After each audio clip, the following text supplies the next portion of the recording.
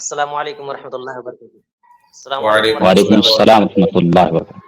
আমি বলতেছি যে নবী পাক আলাইহিস সালাতু ওয়াস সালামকে ইয়া রাসূলুল্লাহ বলে সম্বোধিত করাটা কেমন? জি, রাসূলুল্লাহ সাল্লাল্লাহু আলাইহি ওয়াসাল্লামকে ইয়া রাসূলুল্লাহ বলে আখ্যায়িত করা আল্লাহ রাসূলের মৃত্যুর পরে এটা ঠিক না। এটা ঠিক না। কারণ যে ইয়া মানে হচ্ছে নেদা। তাকে কোনো জিনিসকে নিজের দিকে আ ফেরানো বা নিজের দিকে তাকে ডাকানো। তবে যেই দোয়াগুলিতে রাসূলুল্লাহ সাল্লাল্লাহু আলাইহি ওয়াসাল্লাম আমাদেরকে ইয়া রাসূলুল্লাহ বলে স্বীকৃতি দিলেন, আত্তাহিয়াতু লিল্লাহি ওয়াস সালাওয়াতু ওয়াত তাইয়্যিবাতু আসসালামু আলাইকা আইয়ুহান নাবিয়্যু, তো সেই দোয়াটিকে সেভাবেই পড়তে হবে। সেভাবেই পড়তে হবে। তারপরে আল্লাহ নবীর মৃত্যুর পরে যে দোয়াগুলো আমাদেরকে শিখে যাননি সেই দোয়াগুলোতে বা ইয়া রাসূলুল্লাহ বলা বা ইচ্ছাকৃত ইয়া রাসূলুল্লাহ বলা বা ডাকা এটা শরীয়ত সম্মত না।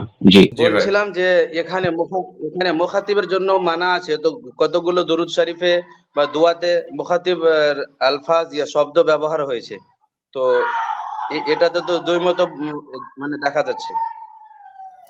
যেই দোয়াগুলিতে আল্লাহ আলাইকা ইয়া রসুল আইয়ুহান আমাদেরকে নবী। স্বীকৃতি, আমি আপনাকে বললাম যে দোয়াগুলি আল্লাহ রসুল সাল্লাল্লাহু আলাইহি ওয়াসাল্লাম আমাদেরকে শিখিয়ে দিয়ে গেছেন, সেই দোয়াগুলি ব্যতীত ইচ্ছাকৃত আপনার পক্ষ থেকে আপনি ইয়া রাসূলুল্লাহ বলবেন না। কারণ যে এটা হচ্ছে নেদা, আর নেদা জীবিত ব্যক্তির জন্য হয়, মৃত্যু ব্যক্তির জন্য হয় না। রাসূলুল্লাহ সাল্লাল্লাহু আলাইহি ওয়াসাল্লাম মৃত্যুবরণ করেছেন, এটাই হচ্ছে হাদিস ও কোরআন থেকে প্রমাণিত। আল্লাহ রাব্বুল আলামিন বলেন, ইন্নাকা মাইয়িতুন ওয়া ইন্নাহুম মাইয়িতুন সুম্মা ইন্নাকুম ইয়াওমাল কিয়ামাতি ইনদা রাব্বিকুম তুবআতুন ইনদা রাব্বিকুম তাখতাসিমুন।